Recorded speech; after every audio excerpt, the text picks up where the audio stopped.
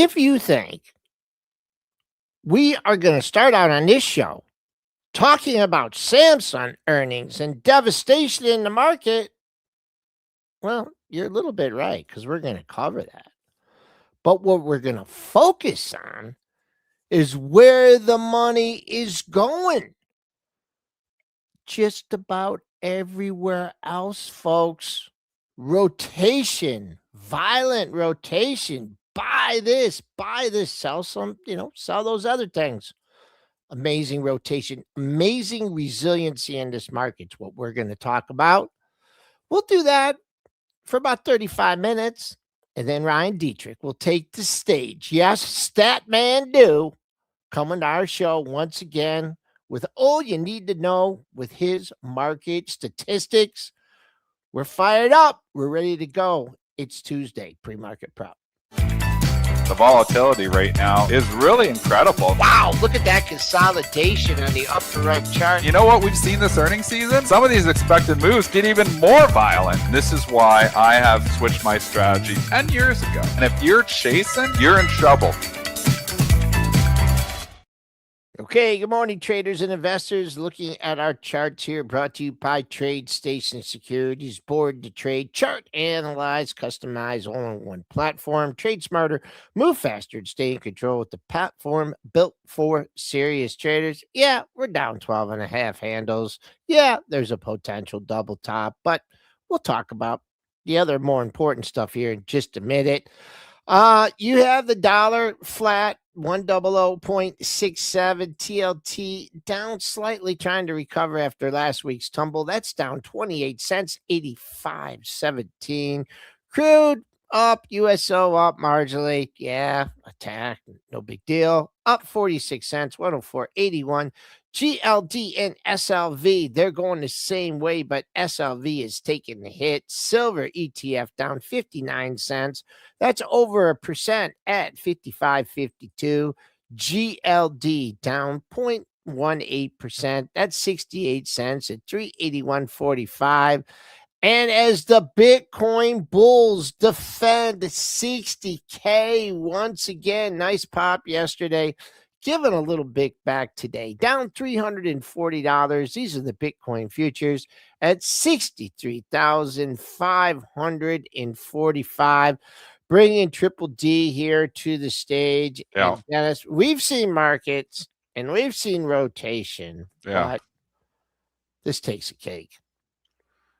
It's just all algorithmic now. The rotation, which we've, identified early in the year, software versus hardware, was done like, oh yeah, software is going down when hardware goes up. It is now purely algorithmic. Like on that Samsung news last night, which bring Brentster in here because he can give us the news here.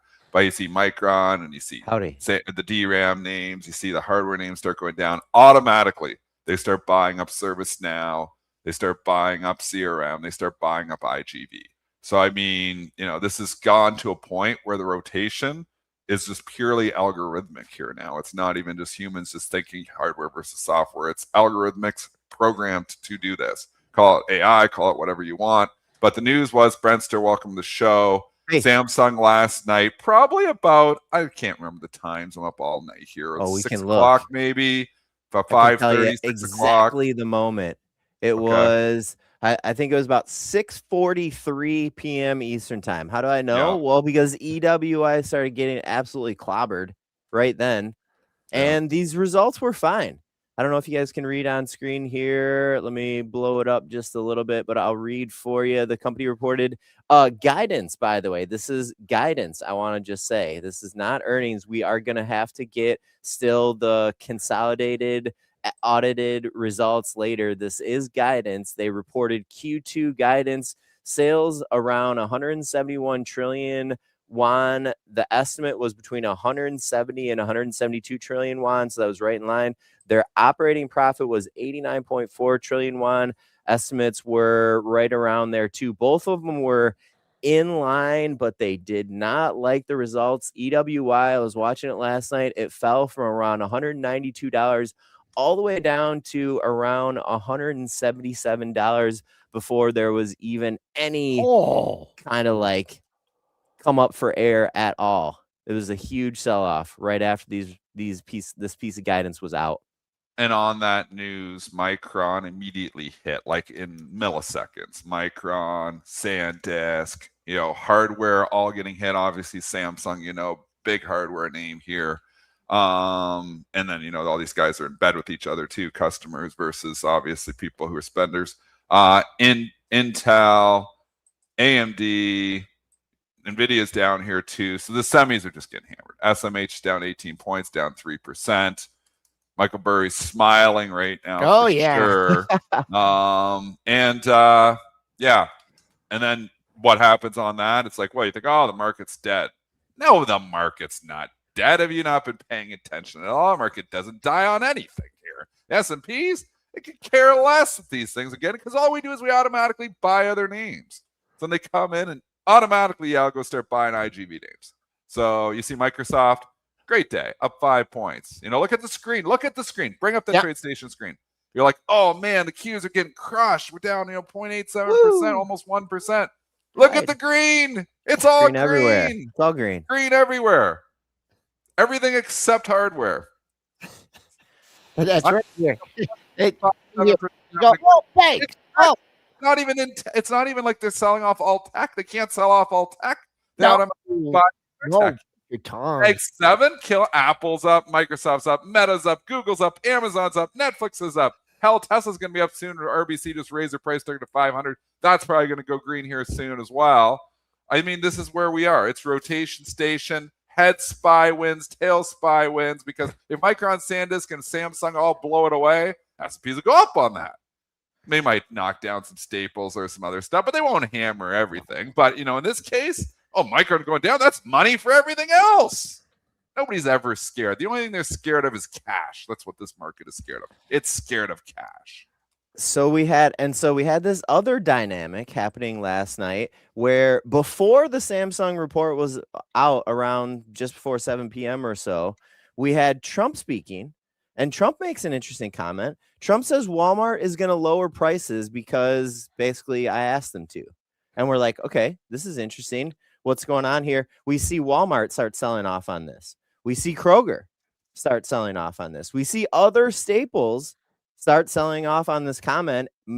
I think more so the implications of if Trump is going to, ask Walmart to lower prices, are other retailers going to have to do this too? So we see staples start selling off. And makes sense.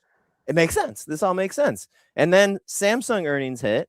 They don't like it. Tech starts selling off. EWI starts selling off. Staples are suddenly in favor. And if you look at the XLP here today, you can see that staples are looking pretty good.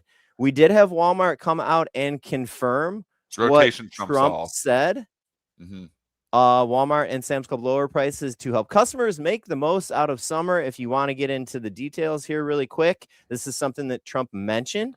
Said they're going to lower prices on beef. It's basically like summer stuff. Here's actually some of the things that they're cutting costs on. Ground beef down about $1. We have chips down about 50 cents. We have Coke down about $5, etc., etc. Very interesting, very like textbook displays of rotation that we had last night. It's just goes to show you what I just said is rotation trumps all, pun kind of intended, but rotation, here is not great news for Walmart. They're being forced to lower prices there. They're trying to do something nice, but the stock was down on this last night, Friendster. It doesn't matter because rotation trumps all. And if, we're going to rotate back into staples, they're buying Walmart too. And they're buying Kroger too. Kroger's down $1 last night on this. Nope. It goes back up. Full disclosure, I did buy some Kroger here, and I'm long it right now. I'm going to be selling it out, though, so this morning. But this is – and Walmart, I actually put the pair on is what I did. I bought Kroger and short Walmart when it started to come back up here. So we'll see how that works out. But that's a sideshow, just disclosing that. You know what? But, rotation just trumps all here. I think they over-ordered for the 4th of July. Seriously, look at this. It's funny, Joe. But seriously, look at Carmen's like asking the practical question, like, what did they lower prices on? The list here: ground beef, corn, cherries, ice cream, chips, soda, paper plates. This was themed. For sure. that looks like 4th of July. So they literally have too much inventory in their 4th of July stuff, and then they tell Trump, "Oh yeah, we'll lower prices here for the summer." Trump's going to appreciate too much stuff. I guarantee that Trump is going to think that this was a gesture for him, whether it was or not. And you're saying that they just had too much of this inventory from 4th of July leftovers. What else is there? I mean, come on, is that logical? What I about for sure it's logical. What about bomb pops? Ooh, that's U.S. flags. U.S. flags. Yeah, after that soccer game last night, those are not don't even flying talk off the soccer. shelf. I know we're done. So North America was trying, Canada, the U.S., and it's over. Boom. Now I know why I've always been disinterested. Take it back though. So we really rotated a lot in this show here too. So rotation's trumping everything here too. We got to go back to back to the outline. Yeah, and just sticking because we didn't look at the Micron. I mean, Michael Burry comes out, calls the top over the weekend on on Micron, looking okay. Like I said, me and you were looking at the charts, Joel. We're like, it does look broken, and I've said, I think the 52-week high, I think the 2026 high for Micron is in. I said this one was 1,200. It went back to 1,220, but I still think it's in.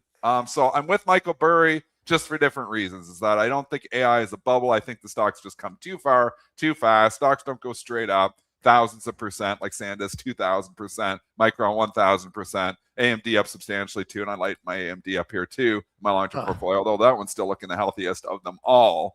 I just think it's gone too far too fast. So I don't want that AI isn't for real. It's that these stocks are just priced in too much. Do you think? And I know I get. No, I'm not going to say I think they've hit their all-time high and they'll never go back to those levels. We can't say that. I'm not going to say that. When we say that, they hit the all-time highs of the next week. I would say, next week. But if you're listening to this show and if you heard me say, don't get Broadcomed, how many times have I said that?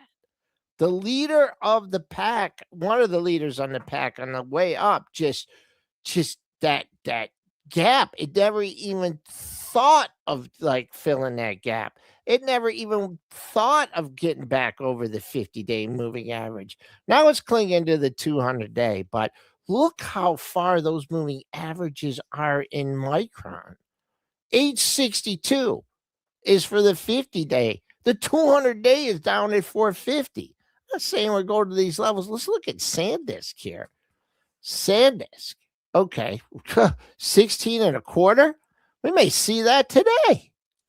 There's the 50-day. I mean, these are big numbers. They can't take out 2 days ago that the would be Thursday's low. You don't want to see them start taking those out. And we look like we're going to take it out here in the pre-market here. You want to get them up and rehold those lows because if they don't, then that's starting to break down here again. The charts look broken. The momentum's been there. The fundies are there. The fundies are there for them. But again, I've said this before. Don't get fooled by a 10 PE on a cyclical business because when the cycle turns, those margins will come down. They're not going to be at 89% forever. So, I mean, we're seeing that with NVIDIA to a certain extent here too. I mean, NVIDIA, which has not participated at all, is now breaking down as well. So if you want to be concerned about something, it's not so much that SanDisk and Micron are down today because they've had exceptional gains. It's somewhat concerning that NVIDIA is selling off pretty hard here now. It's your leader of the pack still, the stock that started the whole AI movement, and it just can't find its way at all. It's not participating in the upside and participating on the downside. The rotation of NVIDIA is dead awful here right now. So maybe Michael Burry's end up going to be right here this time, but I don't know. I still long some NVIDIA in my long-term portfolio, though I've lightened that up as well. Not recently, but I lightened up a long time ago. I mean, the 200, it's no sense. Honestly, I think there's no point coming in here long NVIDIA. Joel, I'm taking this textbook from you until it's above 200. You're just in trouble here down here. And especially if you start taking out the lows of the move, then you start thinking about like 189. Then you start thinking about the March lows, which is 167. So, I mean, you say, it's 15, 16 times earnings. There's a lot of pull forward in NVIDIA too. There's been excessive spending, and we've been talking about these spenders, like the Oracles, and, obviously these companies have been spending like crazy, the ones they've punished here, Google, Oracle, Meta. If they lighten up on the spending, all of a sudden, these other stocks, the demand, the huge demand, the margins that they've got, because what's NVIDIA's margins? Like up in the 80% too. they might start to come in as well. So I think the cycle just says that, we've really had a lot of spend AI. It doesn't mean AI is not real, but it means that companies, if they start cooling the spending just a little bit, these are the companies that are going to suffer from it. I'm gonna go. I know I'm always like this the super bear and stuff. But I'm thinking there's a trading range coming up here in Nvidia. Look at the trading range that we have for the longest time, and I know it traded out of the range a little bit, but this is a weekly chart here. Look how long you chop between like 170, and I'll even pull it down here, 190. I mean, how long did you like all this price? This is a weekly chart, folks. This is how much you grinded in here. Oh, yeah, we're taking out 170, head for the hills. Oh, we broke above 190, moonshot. And now you're coming back to that area. I think today, I'm looking over the next couple days, if NVIDIA can hold 190 here, and that maybe the trading, and I don't know, I mean, not forecasting, just looking at the price action.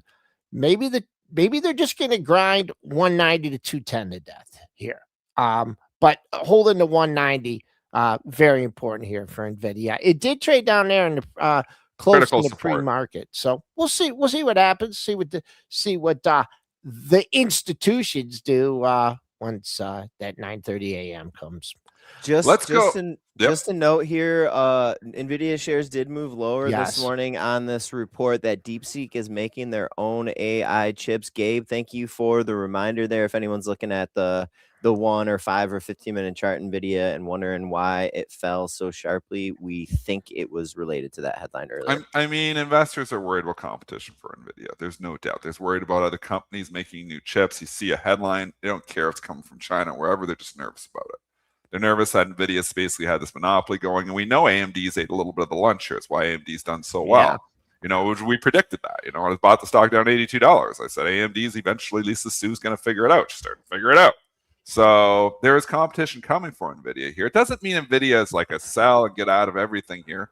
But I mean, it's now consolidating back into a period where, the multiple, got obviously extended to a certain extent, but the earnings have just grown so much that it's not even expensive really on a multiple basis. But if, competition continues to come, they've got the huge chunk of the pie right now. That could be an issue here going forward for NVIDIA. Keeping on with this conversation, the rotation here, go to the software names because IGB has continued to show quite a bit of love here in the last 3-4 days. I mean, since the turn of the quarter, this is a calendar thing. We ended June and IGV sucked. We ended June and stocks like Microsoft were right on the lows. They've been straight up since July, and Micron has been straight down. Totally algorithmic. Micron versus Microsoft chart. Look at it right now. Just take a look at the Micron chart versus the Microsoft chart. They are a mirror of each other here, at least in the last 7 days. Every time Micron's going down, Microsoft is going up. So maybe it's, it is just all, algorithmic to software versus hardware thing here. But, here's Microsoft up another $5 here today. And you say, well, what's the cause? Is it upgraded? Is that no, it's just IGV is getting bought because Micron is down. But I mean, this is also the calendar thing. Like we ended the June quarter. We had that ridiculous rally, in a lot of the hardware names because, it's window dressing. We got to show that we got hardware on our books. These freaky managers. They got to, show that they got the hardware. We better go buy some Micron. We better go buy some AMD. We better go buy some SanDisk on June 30th so it shows on our book. They bought the highs. They all bought the highs. The stock's been straight down since June 30th here. And now we're looking at these stocks breaking down and going lower. I think the window dressing June buy on June 30th. It was June 30th, the last day of June. Yeah. June 30th. On the last day of June, I think that is the high for the year. I'm calling it. I've said it. I'm going to continue to call it here. I think you got to be lightening up on rips on some of these names because they're just so overbought and everybody is in now. So nobody's in, but the opposite trade has occurred. Nobody's in software. Everybody hates software. Here's Oracle sitting down here, Joel, at its lows from April. Here's Oracle, a company that is projected to make, their own Ellison has projected them to make as much as potentially $15 to $20 per share in 2030. That's what they're saying at Oracle. They can make as much as $20 a share. There's like a P of 7 if they actually hit those numbers. The market is skeptical. The market thinks that they're in trouble because they're spending too much. But if Larry Ellison proves to be correct, if Oracle proves to be correct in their projections, then Oracle, look at the support here, Joel. I'm going to make an argument that I own a little bit of Oracle. I was thinking about quadrupling down right here on Oracle today. I'm looking at it. Feels like software day. Maybe I'm wrong. Maybe I shouldn't be going into software. I'm the one all year that's been saying, don't own software, own hardware. Has the trade, is it going to reverse here now that maybe there is a trade here? Maybe there is something here. Do we really think Larry Ellison is this stupid that he's just incinerating cash? Because that's what, if you're selling Oracle down 140, you think Larry Ellison has it wrong, and Oracle's incinerating cash right now by doing all this investing in AI. That might be the way, but it also might be that they're seeing the forest through the trees. You know, like think about NVIDIA 20 years ago going in the AI movement here, you know, envisioning it all. Maybe Ellison isn't as stupid as we think, but the market thinks he's absolutely dumb. But I'm going to argue today that Oracle, great support. It's a great setup. I mean, even if you're just putting on for a trade and saying the April lows hold, it's not a bad spot to be right now. What are your thoughts? I mean, I got to say too, I'm not, I would be a triple down for me, but I'm just gonna ride it out here. But I mean, I'm just flabbergasted at this move, 250 to 140, and then not even nary a bounce here. While Microsoft has bounced, just hated, you know. Hated. It's just this market. I mean, you're hated or you're loved, and this is just a hated stock right now, and not sure what's going to bring it out. I like your setup. I like the support. I think, you know, the big boys are sitting there under 140, you know, after this huge move. But yeah, I mean, even CRM is, I mean, logically, it should go CRM up 246 today. We also throw ServiceNow into this basket. You know, got to get rid of this retracement. But the setup is there. The catalyst is there. It's just not, the price action isn't there. That's the only thing missing. But I'm with you on your setup. Well, I think, again, do we want to go to ServiceNows and the CRMs? If you think Micron and SanDisk is going to continue to fall, these stocks benefit from that. Why? Doesn't really make much sense, but they do. I don't know. I don't want to take my whole long-term hardware portfolio and put it in software here now. But I'm saying with the trader hat on here, I don't think it's like, you know, the hardware is dead and the hardware story is over. I think they've just run too far. They need to have a serious correction here. I think also that software is massively oversold. I think that, you know, it's not going to be like just sudden. The move here isn't just going to be all of a sudden, bang, you know, the market, it's over. And, you know, all these stocks, you know, are never going to exist again. Things don't happen, you know, the market prices in violent, you know, changes, but it doesn't happen like that in, you know, reality. These economies are still slower moving. Everything's a little bit slower moving, which is maybe why, you know, even the timing of the AI, you know, and how AI is going to take over the world is going to be a lot longer than, you know, we suspect, because just adoption to it. You know, people, Brentster, you know, like it just people, you know, don't even want to like change. Like I'm allergic to change. I don't like changing, you know, like come in and all of a sudden, you know, you're doing something algorithmically that you've always done through yourself. I don't like doing that either. So people are allergic to change, and it's going to take a while here. So I think there's just a point here where software names have just been massively oversold, and the relief pop is happening because money's coming out of hardware. Okay, when is the last time we had a good rumor, a good potential, someone putting herself up for sale or disrupting the credit card market? Well, Brett, service up the the potential news here on Fiserv. So we have some weakness in a couple credit card names, Visa and MasterCard. We're going to talk about in a sec why this is different for a name like an AXP or a COF. But late yesterday, we heard a report that Fiserv, FISV, Joel's got the chart on screen right now, is exploring the sale of its debit card network to big U.S. banks. And right when this report hit, Fiserv's shares started moving lower, while Visa and MasterCard shares started selling off on this. Why, Dennis, did Visa and MasterCard sell off on this report? Fiserv exploring sale of its debit card network. The funny thing is it took a while. This was not algorithmic. This was like humans and institutional money figuring it out. But Fiserv, so the rumor is that big banks may scoop up, this debit card business from Fiserv. It still exists. This business competes with MasterCard and Visa to a certain extent. But under the power of a big bank, if Fiserv gets bought, that's scary for Visa and MasterCard. That's serious competition. Like imagine if it's Citi, and we don't know which big banks. It was just reported big banks looking at Fiserv debit card business. But imagine JP Morgan comes in and buys Fiserv. You're like, oh man, now they can get into like debit cards, the processing here. And, we know MasterCard and Visa make a lot of fees here. They can get better involved in this.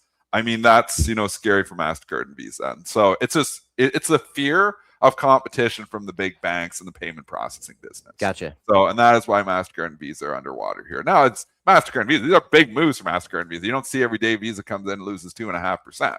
Yeah. So, I mean, they're nervous. This is just a rumor. This isn't, something like, I don't expect Visa to just fall over and continue to die here. But if Fiserv gets actually bought, in the future here, then this move, may continue. So we'll see if anything materializes from that. But the initial reaction, obviously Fiserv is up because it's the rumored company to be bought, but MasterCard and Visa in the process, transaction processors are trading down. Any technicals here, Joel, on MasterCard or Visa or maybe Fiserv? Well, Fiserv, I mean, you want to hear more, when you hear these kind of things. And so right now, you're not hearing price, you're not hearing who, what, or why. 55.80 or 55.90. That was that area held up for 3 brackets between like 6 to 645. So if you're the sell the rumor kind of guy or gal, right there, that's your pre-market high. If you're holding on for more, looking for more, I looked at this chart and this has just been dead money for look at this week. Oh no, it's been an awful place to be. Yeah. Yeah. Yeah. So debit card processing, that's something that's software, folks. That's something that's probably going to get disrupted here.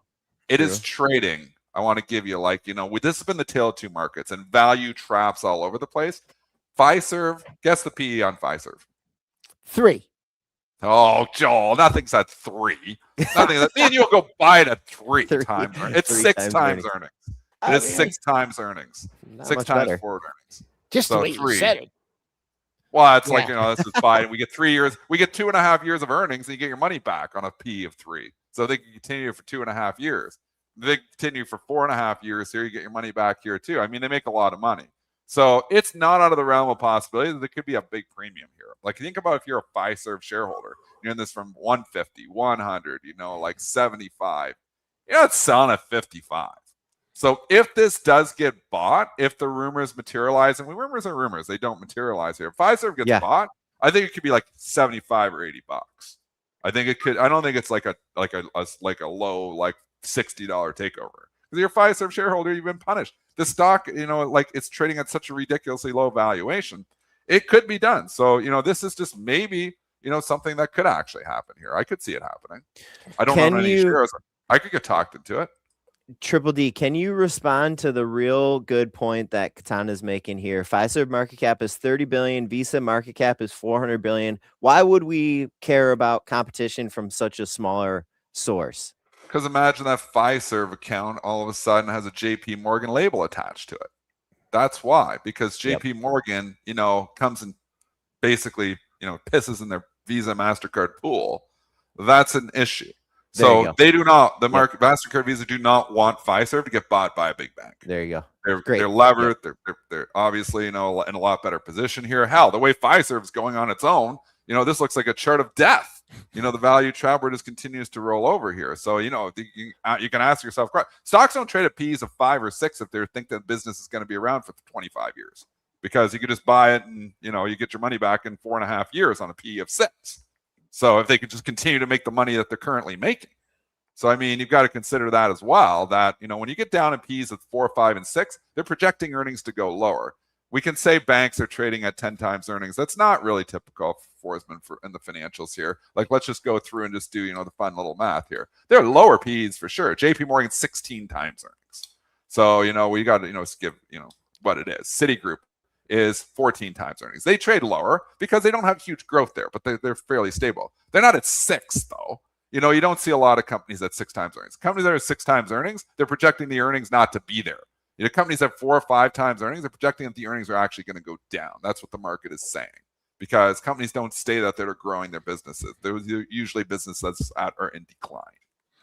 And we're getting some comments here on Cap One Financial and AXP, not affected by the news. Yeah, and I wouldn't say they're up. They're barely up, like at 0.13%. They're just not impacted here. And they're different businesses here. Like Capital One and American Express are structured differently than Visa and MasterCard.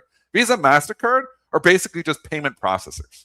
That's where they make all their money. They factor out the risk. They're not holding, like when you have MasterCard, you buy something with your MasterCard, they're not sitting here and saying, oh, I hope Dennis pays. I hope Brent pays. I hope Joel pays this bill. American Express holds some of that on the books. So they actually do hope you pay your bills. MasterCard and Visa factor all that risk out. They pay other people to go do that. We are just payment processing. So can Visa and MasterCard get disrupted by other businesses? Like Fiserv is in that business, but can they be disrupted? Well, that's a good question here, because we have not really hit Visa or MasterCard at all. I mean, could we be in a world where AI makes payment processing a little bit simpler? Could Visa and MasterCard eventually be disrupted? I think they can. And these are companies that you want to talk about the difference in PEs here, Joel. Visa. You want to know guess the PE on Visa? 24 times. You don't like to guess. 24 times earnings on Visa. MasterCard, 27 times earnings on MasterCard. Any type of disruption and this thing gets hammered, because it is priced to perfection. It's priced that we are going to continue to grow forever, and only people are going to use Visas and MasterCards. Maybe that's wrong, actually. I owned MasterCard in my long-term portfolio for 20 years. One of my best friends was up 2,200% on it. I sold it a couple of years ago because I'm just like, it doesn't make sense at 27 times earnings, 28 times earnings. We know I did that with Microsoft and went to 35 times earnings. So, it does, sometimes you're too early on these stories here. But I'm still a fundamental investor at its core. And I buy companies, when I feel like the valuation makes sense. 27, 28, 30 times earnings in an AI world we're going into, I think you got to analyze here, MasterCard. I have no position in MasterCard at all. I was actually short last night. I covered it already this morning. I want to freely talk about it here on the show. It's concerning that it's trading 27, 20 times earnings. And if Fiserv actually gets bought, you could see the stock get hit pretty hard. MasterCard's not even at yesterday's low. It had a weird bar yesterday. I don't know if someone got wind of this earlier, but there's $3 away from yesterday's low, 522.65. Visa's a little bit different. That is through the previous day's low. Big old range yesterday with that red warning bar. Not much under here. Need to regain yesterday's low at 348.85. I mean, PayPal too. Great point. It's 8 times earnings. I mean, these payment processing companies, all the other ones are just, XYZ's 19 times earnings. MasterCard and Visa are outliers trading up there, but they're the best of breed, and we always pay more for the best of breed. A la Costco, Walmart, retail, MasterCard, Visa. You think I go into these stores, it's MasterCard and Visa. Some people don't even take American Express. MasterCard and Visa is accepted around the world everywhere. They are the staple. They are comfortable. When people are paying with a MasterCard, businesses are confident they're going to get their money. PayPal, they don't know. What the hell's pay? I've got a PayPal card. Oh, I'm taking a PayPal card. It's an online processor. It's not for debit cards. MasterCard and Visa just used everywhere, and they pay. That's why the premium is there. But maybe AI changes that. I'm speculating here. I have no position. We're speculators. Okay. Are you ready, Dennis? We're always ready. Are you ready for a break? And we'll come back at 8:55. Because he can go on the 20-minute run-on sentence. But I love the run-on sentence. I actually just sit there and I just stare, and I learn so much from this guy. Let's go.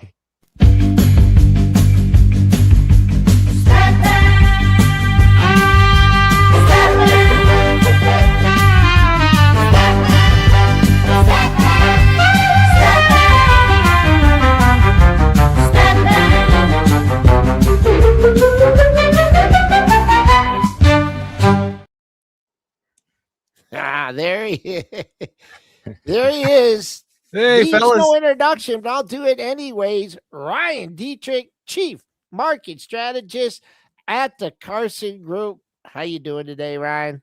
I'm doing well. I have a reputation to have this all as one big run-on sentence. So I'm going to do my best. I love it. I Not love to that he can go in one. We always said if you weren't working with its Chief Market Strategist Carson Group, you'd have been an auctioneer.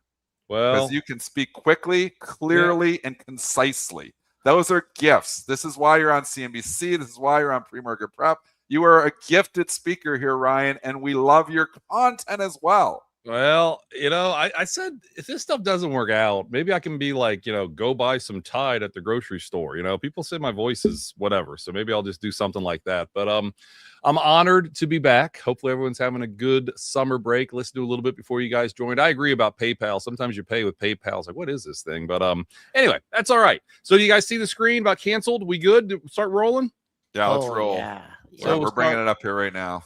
Starting with a little fun, and then well dive in here. So, we good to go?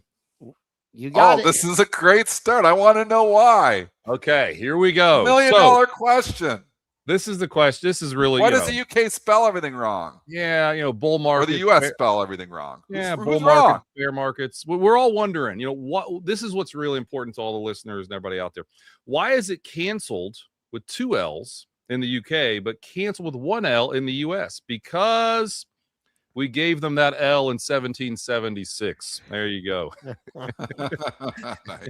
Happy 250 to everybody. I thought that was kind of funny. So anyway, all right. Hopefully our friends in the UK, probably a couple. Sorry.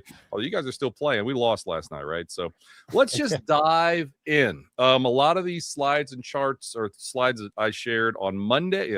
Monday. It's such a blur, and it's just a blur. Yeah. Yesterday with Sonu Varghese at the Carson Investor Research Team. We work with over 600 financial advisors in 44 different states. We just cracked $60 billion in assets. So I'm not a short-term trader. I'm not going to tell you what the market's going to do the next week or two. We do more bigger picture looks at things. And as most people probably know, we've been pretty bullish. And fortunately, that has played out. We're going to get into the weeds of it now. So a lot of these slides are things we shared just with our advisors this week. These are 2 big ones I just updated. Oh, by the way, so the Dow closed above 53,000 yesterday for the first time ever. And if you look at 1,000-point intervals, it took only 4 trading days to go from 52 to 53,000. And I get it. The higher up we go, in theory, the easier it should be. Still, that's the fastest 1,000-point interval ever. It was like 31 or 32,000 back like 5 years ago was the previous fastest in 5 days. Totally kind of pointless, but then again, maybe not. Maybe it shows what's going on here with this momentum we have. But just 2 big picture ones. Each year has bad news. Every year has bad headlines. Everybody freaks out. Yeah. And the market usually does okay. I know some years aren't great. I understand that, but still just important to know that. And then at the bottom right, we say don't invest your politics with investing. I've done this for a long time. In the last 18 months, I've heard so many times, oh my goodness, you see what's out of Washington, tariffs, wars, this and that, red cards, orange cards, whatever you want to call it. It's going to end it all. And fortunately, that hasn't happened yet. So just remember to separate those 2 things. Now, speaking of the orange card, making some jokes, obviously, don't fight this card, because here's what's happened under President Trump the previous 5 years. You smush them all together, you tend to have early weakness. March is usually pretty weak. I get it. There's some stuff floating out there why this is, but to call it is what it is. Just look, guys, how perfectly this year has played out relative to the other ones. You have your late March, early April low. All these, we've been bullish. We came into this year saying 15% gains on the S&P 500, and we were down 5% for the year back in late March when all these other strategists, everybody said, oh my goodness, he's bullish, she's bullish, blah, blah, blah. They're on TV saying how bearish they are. They're on TV cutting their targets. We never did that. You could argue we doubled down in late March saying we're probably going to have 15% gains this year. And fortunately, things have played out, and this is a neat way to kind of show that. How incredible is it? Well, we just gained almost 15% in the second quarter, one of the best quarterly returns ever. It's crazy. I was looking up. The first quarter we were down this year, and I know it feels like a lifetime ago. We were down like 5%. in first quarter. Nobody really remembers that, but it is what it is. But just an incredible quarter, but even layering it on, this is a chart I've showed you guys for a while over the years. And again, thank you so much for always having me back. I always have a blast talking to you. And that is the greatest intro song. I didn't even recognize my intro song. That's an insult. I love my intro song. So I think I was just getting ready to go. But I love my intro song, so thank you. Anyway, the second quarter out of all 16 quarters of a 4-year presidential cycle is the worst on average. We just gained almost 15% during that one, right? So I think my friend Sam Stovall, a lot of people know Sam. If you don't, you need to check the incredible work he does out of CFRA. He says, this stuff isn't gospel, right? History is kind of a guide, but it's not gospel. And I know it came on, I think in April, middle of May, kind of saying, listen, major lows are probably in. Expect a surprise summer rally. No, we didn't think we'd have a 15% rally in the second quarter. But listen, we've been overweight equities, as I've laid out, and we're going to talk more about. So we are not complaining, but just kind of incredible the rally we had. Now, again, purely based on seasonals, everyone can see what I'm seeing there. Third quarter, maybe we chop around. Maybe we take a break after what we've done. I wouldn't be shocked by that. I don't think it's end of the world. But check out some of the very best quarterly returns out of entire 4-year cycle are coming up. Now, I get it. Maybe we stole some from the future ones with the gains we just had, but just stuff to think about as we move forward. Another good one, and who knows, maybe today is the day we hit all-time highs on the S&P 500, because obviously small caps and mid caps and all around the globe and the Dow are hitting new highs, so it's probably a matter of time before I think S&P is less than 1% all-time high time we're doing this, but the only month to never see the ultimate peak for the year, and then market, is crazy stat. June. I don't know. I mean, it is what it is, and I get it. There's a lot of them in January, like 2022. Or December. Yeah, and December kind of makes sense, though, right? Because usually we're in a bull market. So that is the peak, right? If you have a good year, like the last couple of years, you peaked in December. So it's not like shocking to see that, I don't think, Dennis, when you have the kind of the goalpost deal. But still, the fact that June's never been the peak, we've been sharing, even with the, we had about a 5% intraday pullback back in June. Everybody freaked out. Everybody got worried. We were saying, listen, it happens. It'll happen again. Just know June's probably not the peak, and we don't think it is. Now, I know people hear what I talk about and what Sonu Varghese on our team talks about. They think we're just like these perma bulls. And yes, we have been bullish. But literally in February and March, I was all over the place on CNBC and on our podcast, Facts versus Feelings. We were talking about a banana peel sell-off in February and March. I said that we might have a 5 to 8%er. We had 9.1. Can't get them all right. But don't panic. And then things got a little too extreme with all the war and everybody getting all freaked out once again. And sentiment was too lopsided in late April. We rallied. Well, we were out there again saying, expect a June swoon. Now, I wasn't saying like a massive sell-off, but, the late part of June from the 17th to the 27th or 28th is usually seasonally weak. Well, the S&P was down 7 out of 8 days there and down like 5 or 6 days in a row. Not by a lot, but it was normal to have that. And what just happened, I didn't add it, but I was looking at it last night, that AAI sentiment poll, and I get it, there are flaws with this potentially. We had the largest drop, the second largest drop in the number of bulls going back since Liberation Day from I'm going by memory, guys, 45% down to 31% bulls. That's a big drop. The NAAIM, active managers, had one of the largest drops we've seen in a couple years. Now, there's other factors to sentiment, yes, but to have a normal June swoon, and my friend Jeff Hirsch, Almanac Trader, Stock Trader Almanac, I'm sure I got his book in front of me somewhere. Usually I do. Anyway, I look at it every day. He says, listen, that June swoon's good because then you get to the part of July that kind of shakes out the weak hands, and July is usually strong, which I'll talk about soon. So it wasn't a shock to see some weakness in late June, just like we did, get everybody all bared up and all worried, and then boom, look what's happened. We've kind of rallied again. So file this under not bearish. I've shared these with you a few times. I love to look at advanced decline lines. How many stocks going up versus down on a cumulative basis. This is not a short-term indicator, more of a big picture indicator. Just yesterday, New York Stock Exchange advanced decline line, common stock only advanced decline line, mid-cap advanced decline line, all hit all-time highs. S&P 500 just barely missed it, but hit it last week. Mid-caps just barely missed it, hit it last week. There's something called the global Dow, which looks, again, I don't know all the components, but looks like the globe, looks at a lot of different places. That also hit an all-time high. So market breadth leads price. If you look at the if you look at the New York Stock Exchange, look at the New York Stock Exchange with the NYSE advanced decline line going back like 50 years. When you hit a new high in market breadth, on average, the S&P 500 peaks 11 months later. I can give you one that's shorter. I can give you one that's longer. Just know that market breadth, new highs, tends to suggest price will follow. With the S&P 500 last week hit new highs on that advanced decline line. We don't think it's going to be any change this time, and new highs are on the way. So kind of the stuff I'm known for is some fun ones here. Momentum begets momentum. I feel like a broken record. Been saying that for 3.5 years now, but I'm still saying it, and it's still the camp we're in. You can see on the left, which one I'm going to start with.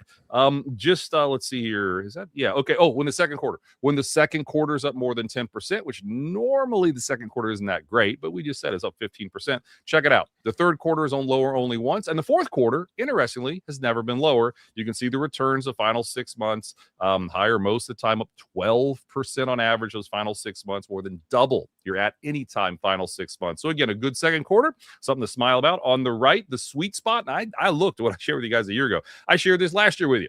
The sweet spot is when you finish between 5 and 10% at the middle of the year. So a good year, a solid year, but not like a poor year by any stretch, and not a spectacular year, because there are some years like 87, some other ones, when you're up like 15, 20% the first half of the year. You know what happens? Second half doesn't do as well. So we're calling this the sweet spot where we are. Again, it is what it is. You can see what last year did when we were in the sweet spot like this time. You tend to do pretty well going forward when you have a solid year, but not a spectacular year at the middle of the year. Two more. We're going to the one on the right first. 41 times we've seen. I look at all of them now. All the quarters that had a 10% return. What happened next quarter? Higher 85% of the time, that next quarter. What happened 2 quarters later? Higher 85% of the time, 2 quarters later. Again, just something to think about when we go here. Then the one on the left's a real cool one. Again, I saw Jeff Hirsch did a similar variation of this on X yesterday, so shout out to Jeff. Gave me the idea. I joke about research, and I see this with my stuff too. If you take it from one person, it's called stealing. But if you take it from everyone, it's called research. I live by that. I get a lot of good ideas from a lot. AI does. Yeah, exactly. I get a lot of good ideas from a lot of smart people. And again, this is building on what Jeff did yesterday. When you're down in a quarter, like we were in the first quarter, and that next quarter is up double digits, so we'll call it a slingshot, that slingshot effect. What happens next? You see it right there on the left. A quarter later, higher, 16 out of 17 times. That's this quarter right now. That's maybe it's not all that great of a quarter historically. Just stuff to think about that this rally's probably okay. And then 2 quarters later, which in this case be the rest of the year, higher 15 out of 17 times. Pretty solid returns. July, I'm sure other guests have said this, don't spend too much time on it. July is higher the last 11 years in a row, higher 13 of the last 14 years. There's no better month the last 20 years. I think it's the second or third best the last 10 years. It's like the 4th best since 1950 and like the second or third best in a midterm year.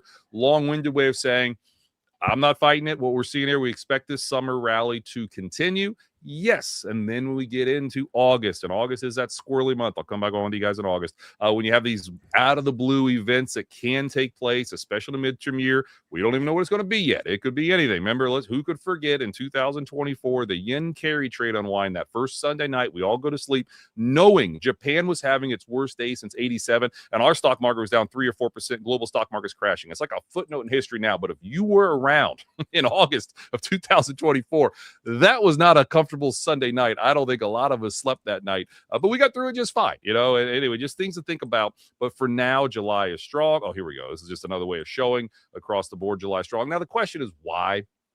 Listen, I could give you 10 answers. I think it's earnings season, right? Earnings season kicks off in July. It is what it is. Vacations, low volume. And again, August seems to have these crazy events take place. Then September is when the hedge funds, everybody comes back. You get more volatility. There's randomness to it. Yes, but just kind of put some context around it. I don't think this surprise summer rally's done. One thing, I know Tom Lee, I'm a fan of Tom, and I know a lot of people know Tom. He's been saying like maybe a bear market later this year. I don't see that. I want to be clear. We think maybe a 5 to 8% modest pullback sometime in September, October, pre-election stuff would be perfectly normal. But that 9.1% peak to trough that we saw earlier this year, I think very well could be the largest pullback we see this year. Doesn't mean we're not going to have another 5%er. I think we will. In fact, I hope we do sometime in the fall to get everybody all bared up and then get through the election and keep this bull market going. But just some things to think about how we're seeing the world right now. I update these. My friend Sonu updates these all the time, but how in the world are we higher with crude oil doubling overnight like it did? I know it's come all the way back. I get it. Inflation stubbornly high. You got the Fed uncertainty, Washington uncertainty, blah, blah, blah. The war going on. It never feels like it's going to end. It's because of this, because profit margins and earnings, we call these the dual tailwinds to a bull market. Carson team, and we release next week our mid-year outlook. We do this big picture stuff. If you follow me on Twitter, if you listen to the podcast, you kind of know what we're going to say already. But for 3 years now, I've shared these two charts and write the same section in our outlooks, mid-year and big one at the start of the year, and called the dual tailwinds to a bull market, earnings and profit margins. Eventually, they're going to peak. Yes. Don't think we're there yet. And we watch this literally every day as the data comes out from FactSet. It doesn't move as much, when earnings season's not kicking off like it is now, but earnings season kicks off in a couple weeks. Just keep watching that, more positive, negatives. I could spend 3 hours on this. This is cool stuff that Sonu does. On the left, what's driving the gains this year? It's earnings. You can have multiple expansion. Listen, S&P 500 multiple started this year is like 22.5. It's down to like 20 right now. Well, how's that possible? Because earnings are up 18% this year. Mm-hmm. So you've had a multiple contraction. Just think for a second, if the Mag 7 actually starts to participate again, which I think they're going to. Everybody and their mother noticed a week ago, oh my goodness, the lag 7, everybody's kicking them when they're down. And I've done this for a while. I know a lot of listeners have, and you guys clearly have. When you start seeing the media and everybody start kicking something, calling it the lag 7 again, and believe me, it deserved to be called the lag 7. Yeah, well, but exactly. But the reality is maybe they take back the baton and now semiconductors do what they do. Maybe that just swishes around. But just imagine if multiple expansion were to take place second half of this year and the Mag 7, not lag 7, Mag 7 were to come back. Yeah, who knows? But that'd still be, I think, a net positive. But Sonu shows earnings are driving this stock market. One of our favorite factor plays, so we manage about $8.2 billion on our team. I said, Carson, overall, $60 billion. Financial advisors say, hey, you guys manage a team. We have a 15-person team. I'm not a portfolio manager. I'm a strategist, but I work with smart people. I know enough to be dangerous, how we do our models. We have liked the momentum factor for years, right? And when people hear momentum factor, they think, oh, that's all AI. Yes, there's some AI components to it, but it's not all AI. There's other things in momentum. We've had an overweight to momentum factor, and it has been an incredible move. Literally the last 3 years on the bottom right, we're in the 100th percentile for the momentum factor relative to the S&P 500. Not a shock. If you pay attention to this stuff, momentum has done incredible. It's helped our models, helped our performance. We still have a little overweight. Now, listen, when you start talking about something in a 100th percentile, I get it. That's where you got to start to think about, should we do something here? One thing, we're a little bit overweight healthcare. Trust me, I've been on you guys for a while. I've not said that for a long time, right? We're doing some things. We have some low volatility over here. We're doing some things where we've done pretty well with the money we run. Being overweight equities and being in some areas have done very well. We've been overweight technology. We've had some of this stuff, right? We called our outlook at the start of the year, ride the wave.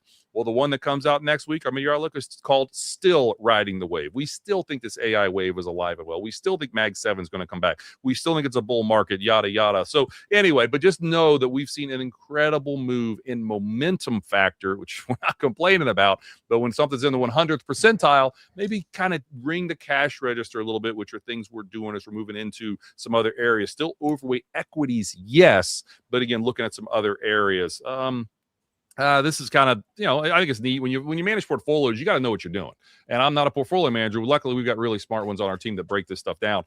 You think about, is it just AI? Well, is the whole market just AI? Because what we're showing here are correlations of the other 11 sectors, I guess other 10 sectors, relative to the XLK. That's technology. And you can see here, like, what's the stuff on the right, like staples and different areas? Yeah, that's not correlated to technology. But look at that. Industrials, materials, consumer discretionary are quite correlated to technology. So again, if you're overweight some of these areas, is it all one big AI play? Not necessarily, but Caterpillar's had this incredible run, one of the top performers, and it is like a pseudo AI play. I mean, Ford Motors turning into like a potential AI play. So these just things. Listen, I'm not calling this bad, by the way. I'm not saying this is bad. I'm just saying when you manage money, when you trade, when you invest, you need to know what you're doing. So if you're doing these other areas, you might be doing just one big AI trade, which again, I'm okay with. Just know what you're up to.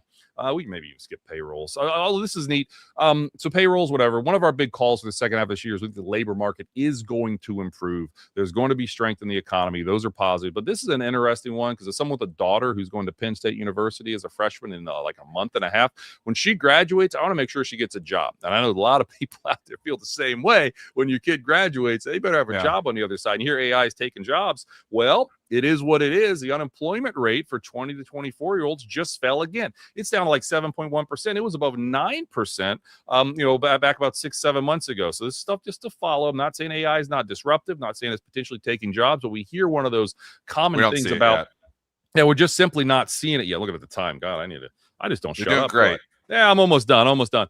Consumer spending last month, we saw consumer spending consumption is running at like 6.9% annualized the last 2 months. Now, listen, the truth is inflation is running above wages right now. If you think about what's a problem, well, that's it. I mean, to us, that's one problem out there is maybe wages are going up, but they're not keeping up with inflation. So that's not a positive. But we're still seeing consumer spending, especially with some of the recent data. So that's something interesting. I think this might be my last one, honestly. I just thought this was interesting. Who made it? I want to give them credit. Deutsche Bank. Looks like Deutsche Bank, I guess. Cash held out there. You're looking at like over $20 trillion of cash. Now, listen, there's different ways to look at this, different ways to slice and dice it. I understand the issues with our K-shaped economy. It is real. If you've owned stocks the last couple of decades, if you own some real estate the last couple of decades, you're probably worth as much right this second as you've ever been worth, and you're probably in really good shape. If you didn't, if you're younger, if you've had other things that happen in life that happen, it is a real struggle out there. But my job, our job at the Carson team as a steward of assets is to look at the aggregate.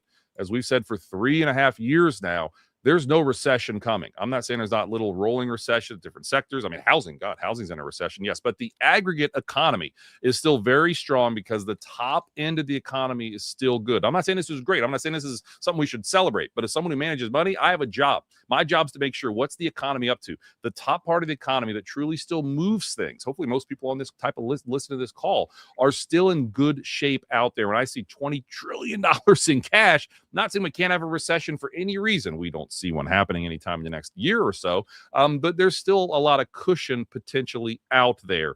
Oh my God, I do have more. Inflation's still a problem. We don't need to say much more than that. We came into this year saying inflation, we're having an inflationary growth. People hear inflation and think, oh my goodness, the world has to end because 22 didn't go so well. We've said all year 3 to 3.5% inflation with an economy that hangs in there with a bull market that continues. And that's not something we're changing. The Fed, Houston, we have an inflation problem. Apple, real world stuff. Apple's increasing prices, right? Because of the AI memory shortage. So this stuff is happening. Inflation is still a problem that's out there. But we look at the Fed. It might be the last one. We have new leadership at the Fed, as everyone probably knows by now. Maybe on this type of discussion, we don't care as much about the Fed. I don't blame you. But the reality is it's like, I think right there, 96% chance of a hike in October. Now, we're not making a big bet on this by any means. We're taking the other side of that. We don't think the Fed's going to hike this year. Hey, maybe egg on my face, and in October we have one, maybe even next time. But we don't see it. We do not. We think the Fed is going to just kind of run it hot. Something Sonu's been talking about. We've been talking about. Eventually, you have to pay the piper when you run it hot. But we don't think the Fed's going to they're on pause. They're on pause. So again, maybe there's some potential for market movements and opportunity there to kind of fade the Fed. And it does look like I have hit the end of my discussion. Wow. The world's longest run-on sentence is officially over. So much information. Yeah, I know. Information station right Overload, there. Isn't it? Yeah, I know. Right. I have to watch it twice. Is there a market, economic, or earnings signal that would convince you it's time to get defensive? Yeah, great question there. A couple. So one I didn't add, but I love to keep things simple, right? I'm from Springfield, Ohio, not very smart. Just keep it simple. I like to see what the consumer staples are doing relative to the S&P 500. What low volatility is doing relative to the S&P 500. If we start to see a bid from the defensive stuff, that's maybe a warning sign. The fourth quarter of 21, I'll never forget it, right? Staples did well, utilities did well, low vol was doing great the fourth quarter of 21, telling us maybe something was changing. Maybe there was a warning sign. Then we had the bear market 22, all that stuff. But we're not seeing that at all, right? We're not seeing that at all right now. And I love that. Also, credit spreads. I love to follow credit spreads, look at them every single day, triple B, investment grade corporate, all that stuff. We're not seeing any stress in credit markets. We're not seeing leadership from the defensive stuff. And then put a cherry on top, those advanced decline lines that I look at like every single day. If we start to see deterioration in advanced decline lines, you tend to see that well before the ultimate peak, and it's a warning sign. So those three things are three things that I watch, and are pretty simple to look at, and they're free, and everybody can find those three things. And in my opinion, those will give a good warning sign before a lot of trouble. I'm not saying it always works. 100-year pandemic, we didn't have any warning signs before that one happened. But overall, that's what we're watching. And the good news is we're just not seeing any of that right now. But to put a, I guess, cherry on top, said that already. Keep following Staples relative to S&P 500. If Staples start to outperform on a big basis, maybe something's happening. But gee whiz, Staples are continuing to underperform just as we're doing this, and it's great. So I like it. Yeah. Wow. I got to give my ears a rest here. Ryan Detrick, you know him, Chief Market Strategist at the Carson Group. Incredible presentation here. Thank you so much. And can't wait to talk to you next month. No, like I said, have me back in August. We'll talk about the August volatility. But guys, it's always an honor. I'm a big fan. Thank you for having me. Thanks all the listeners. I didn't look at the comments. Hopefully everybody liked how fast I talk and everything I threw out. They love you. They love you. I'll be back whenever you guys need me. Everyone have a great, hopefully having some vacations, and everybody have a great summer, and let's keep this rally going. I'll see you when you need me to come back. Bye-bye. Thank you. Awesome stuff. Thanks, Ryan. That's information, so much information. Is it that simple? Like, I mean, Ryan, the one thing he does things so well is like he keeps it simple. You know, just looking statistically here, July. We haven't had a July down month in 11 years. I didn't know that. I'm like, hard to be bearish in July. Trend's your friend. Is it due? Maybe the 12th time's the charm. Haven't had a down July in 11 years. There's crazy statistics there, you know, showing the strength. The strength makes sense, like your best months at the end of, you know, at the beginnings of the quarter because the earnings are coming and the earnings have been good.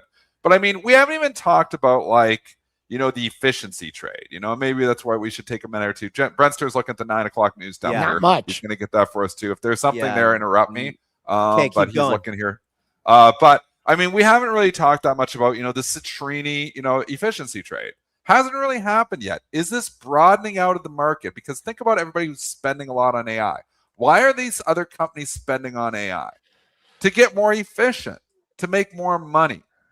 So, I mean, we haven't even seen the benefits to that yet. What if they actually start seeing benefits to all of this, where you start seeing more efficiency? Companies are marketing better. Companies are doing things with less staff. Companies are, you know, expanding profit margins, expanding into different businesses because AI is allowing it to do that. What does that mean? It means a lot of companies are going to make more money, and it's not just the companies that have been receiving the spend. So, I mean, if we get into an AI efficiency trade, that's going to take the market to the next level. And that might be coming, folks. Like, we haven't really seen a lot of benefits, and the chat's been right. You know, what have we really seen from AI? We're not seeing any new products. I think they're coming. But, you know, we haven't seen that much yet. We've seen a lot of spend, and the market's a little bit skeptical. But, I mean, if we actually start to see that companies and employees are more efficient because they're using AI, think about your own job. I think about, like, how I start my day. Think about Ryan's presentation. You think Ryan didn't use any AI helping him out there a little bit? Probably used some. So, I mean, I think about me. I'm using Gemini. You know, obviously, we're using Claude, Stock Trader Network, all the time for everything. I'm like, I don't just search around the internet. I ask Gemini. You know, I'm like trying to figure stuff out. I'm like, you know, I got a problem with my ice maker. I don't just search. I go and I tell it everything about it, and it tries to figure it out. And sometimes it actually gets the answer right. So, I mean, it is making people more efficient in everything. And if we get an efficiency trade, if we get an AI efficiency trade starting and companies are starting to get more efficient, they're going to make more money. And if you think earnings drive stock prices, which they absolutely do, then hard to be bearish. All right. On that note, we will wrap things up. Not much on the 9 o'clock news dump here. Tomorrow, we'll be joined by the chief economist, Stock Trader Network, Blue Putnam. Talk oil, talk jobs, talk interest rates, folks. Hope you enjoyed the show today. Back with you tomorrow morning. Thanks for watching PreMarket Prep. Hit like, hit subscribe. Join the SCN think tank at StockTraderNetwork.com.